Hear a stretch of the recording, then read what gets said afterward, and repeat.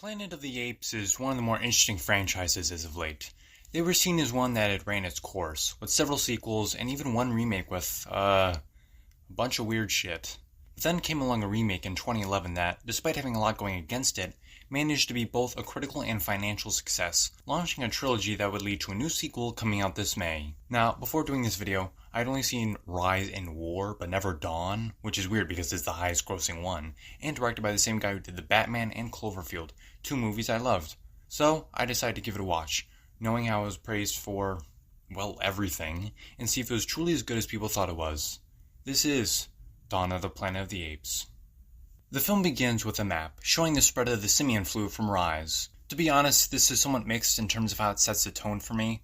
On the one hand, it's really cliche to just have a bunch of stock news, and it's always more interesting to see the downfall of humanity rather than their depressing and quiet aftermath. It's not like loud equals better, it's just more interesting and possibly scarier to see a virus realistically spread and take out humanity. Plus, it makes for an even quieter, depressing feeling when you finally reach it, instead of being right in it. However, on the other hand, it's so committed to it and the audio clips are so haunting, it works and sets the tone well. Also, in case you're wondering what happened to Will Rodman from the first movie, he and his girlfriend Caroline died from the virus, so yeah, pretty bleak. We then see Caesar, now 10 years older than he was in Rise, with some war paint, leading the others on a hunt. Don't know why they yell at the deer, alerting them of their presence, but still a cool scene. Also, I gotta love how silent they are, really shows how much of an organized threat they can be and how good they've gotten at this. I mean, it's been 10 years, so you'd expect them to be really good and quick and efficient, so it's kind of almost terrifying to see from the animal's point of view, seeing these quick things come down and hunt them. Anyways, we see Blue Eyes, Caesar's son, attempt to kill a bear in a scene that almost reminds me of The Revenant, despite that coming out after this. Blue Eyes is unable to do so and, hunt the bear because of his carelessness, and Caesar chides him for this, but yeah, teenage angst stuff, so he doesn't listen. We also meet back up with Koba, who is on good terms with Caesar. That'll change soon. They come back to their village as we also see Maurice from the first film, Rise. I'm just going to refer to it as Rise because it's the first film and I feel like most people know, and I'll probably put up the image or whatever. Caesar goes to see his wife give birth to their new son, Cornelius. Caesar shares the good news with Maurice, with the film also sharing the good news of how awesome these effects are. They were already great in Rise, but they're on another level here, adding another layer of humanity that makes me constantly forget that these are still apes and not humans. The performances by Andy Serkis as Caesar and Toby Kebbell as Koba help elevate this into almost Oscar-worthy performances. As you can see every nuance and bit of judgment and emotion in their faces when they're deciding what to do, you can see the cogs turning in their head like a real animal without looking cartoonish. It's a feat on its own. Maurice also ends up talking about how, despite Caesar caring about humans, mainly Will and his family, Maurice never saw the good side of them and thus doesn't feel the same emotions as him. This nicely sets up a relationship he has later in the film and in War. We see Blue Eyes and Ash, Rocket's son from Rise, walking until they meet Carver, one of the more annoying characters in both a good and bad way. Good as in he provides some conflict and shows the distrust humans have over these apes now leading the world, and bad because he only feels like he was brought in to serve that purpose, being irrationally stupid without much character depth. Kinda feels like Shane Walsh without John Bernthal's amazing performance. Just an asshole mostly everyone disagrees with, but is kind of technically right, just not as interesting. Carver immediately shoots Ash, causing some other apes, including Caesar, to come in, along with some humans who are also kinda underdeveloped. Yeah, the humans were never really amazing in Rise, although Will was decent, but they just get worse here. It's really the apes that save the character development of this film. The main characters are Malcolm, like in Jurassic Park, which is funny because his outfit is more akin to Alan.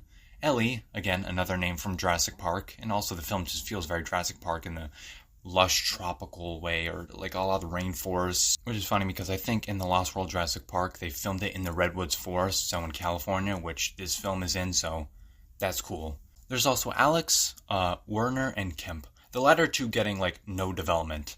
They're ordered to leave, and while this is happening, Alex drops his bag of drawings and other things. Koba gets ordered to follow the humans into where they live, where we meet another character, Dreyfus, played by Gary Oldman, a great actor in a decent role that gets somewhat underutilized. During the truck ride, they talk about a dam they need intact and how Caesar spoke, something Dreyfus doesn't really believe as he just sees them as violent apes. This contrasts really nicely with Koba as he views the other side as just violent primitive humans, so that's cool. Not cool that they view each other like that, it's just cool that they're kind of contrasting characters. Could have killed us, he didn't. Maybe he kept us alive so they could follow us. They find out where we are, and they kill us all. It's funny how the asshole character was kinda right and basically read the plot in two ways. Like, originally Caesar did want Koba and some others to follow them and see where they are, like seen earlier, but this also ends up with a lot of humans dying, and technically all of them possibly, but we'll get to that at the end. So, yeah, you did kinda read the plot. They end up arriving at the capital, which is where everyone is staying, in a pretty cool choice for a setting. Back with the apes, Maurice looks through Alex's drawings, but Koba, having gotten back, is really giddy to kill all the humans, and I mean giddy. Dude is bloodthirsty, as we see later. It's toned down here, obviously, as he goes through a sort of arc. Well, not so much an arc, rather just devolving into the more selfish behaviors the people who hurt him, like Jacob's, displayed and pronouncing those unstable traits much more openly to the other apes. It's still really cool to see his and Caesar's relationship disintegrate, is really what I'm trying to say. I like how Blue Eyes is kind of speaking right now, but only some syllables of words, which is nice because it's a logical reason for why he speaks later on. It's not super upfront, and it's a subtle form of setup and payoff. We also get to see just how convincing Koba is towards others, like Rocket, using his son's gun wound as a way to manipulate him. Caesar shuts that shit down pretty quickly and says how going to war is basically the worst option, an opinion I'm sure Koba is totally fine with. The apes all arrive at the capital and talk to the group, showing Dreyfus that the others were right. Blue Eyes ends up returning Alex's bag and leaves, with Dreyfus calming everyone down with a pretty good speech. However, it's mainly talking about things that happened in the past. We've been through hell together! So it doesn't really affect us as much. We haven't seen what that hell is that they've been through, only the hell that they encounter later, so it just feels like telling rather than showing. Despite this, Gary Oldman continually gives a good performance, adding character to him and setting the stakes, how they need the dam to restore power to the place. Malcolm and the other main characters, excluding Dreyfus but including Carver, because he used to work at the water department, to try and talk to Caesar about repairing the dam. This works as, despite a tense aura surrounding the offer, Caesar accepts and allows them to work, on the conditions they give them their guns. During this time as well, Malcolm shows Caesar the dam and how it needs help. During the night, Koba very audibly voices his displeasure towards the situation, but Caesar reassures him that not all humans are bad, something Koba is unable to understand.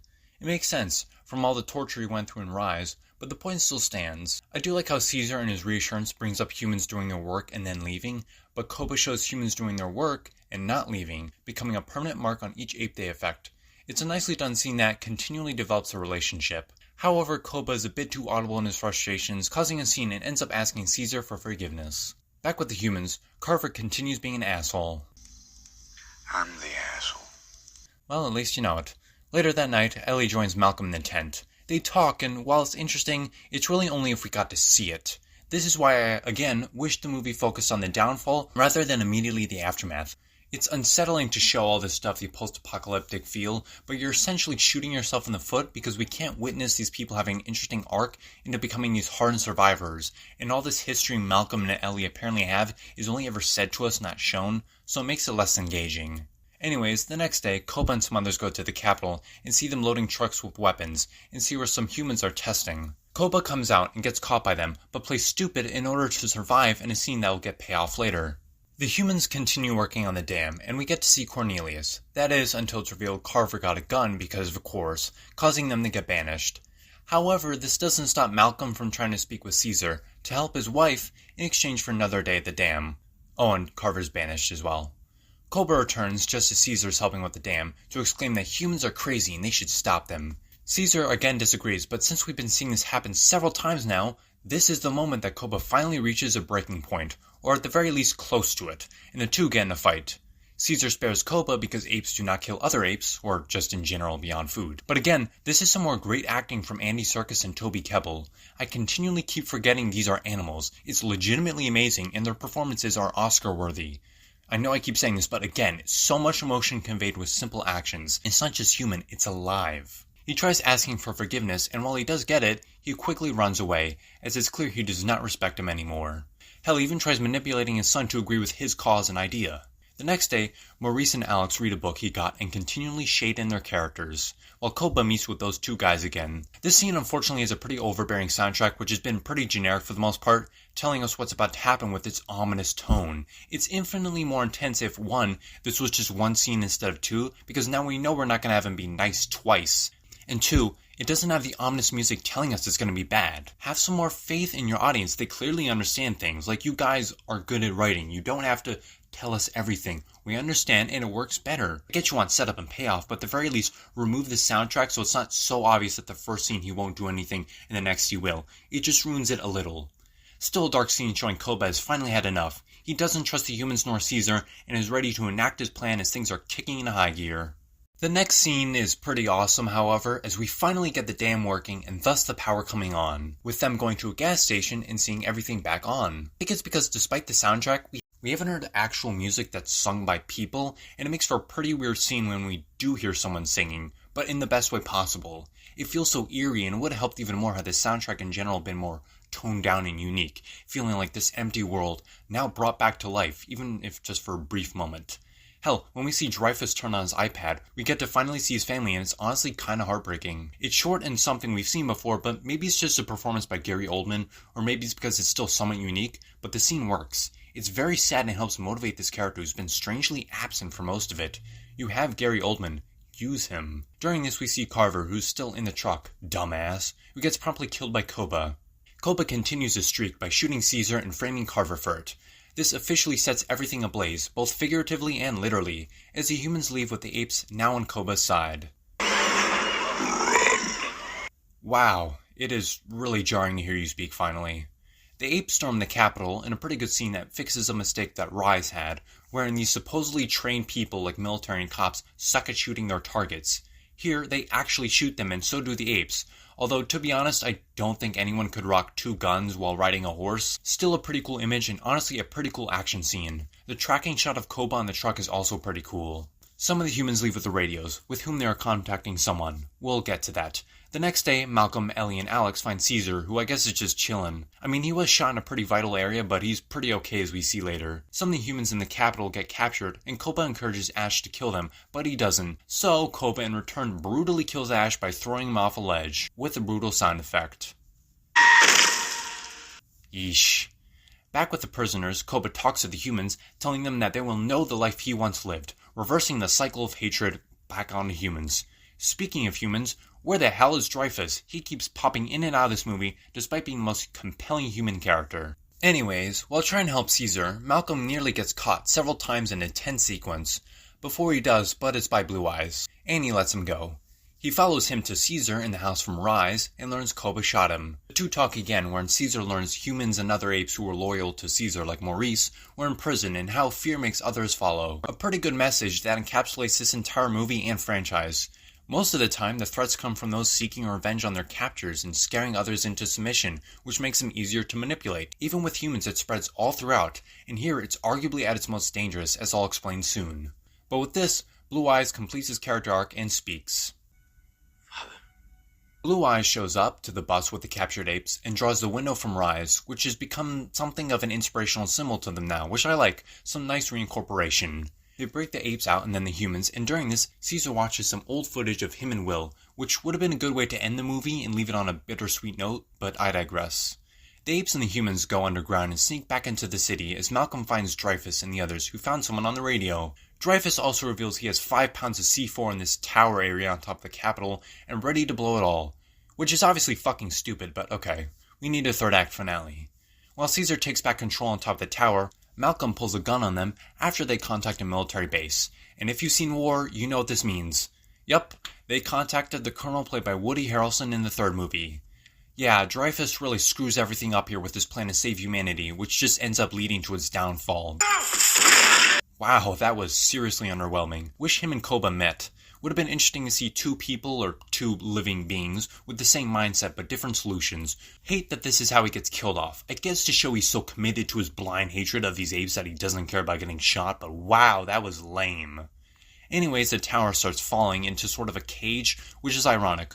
Koba, in his quest for revenge for being put in a cage, ends up being right back in one. And despite asking Caesar for forgiveness, this time he doesn't, putting an end to one of the best modern villains in a long time.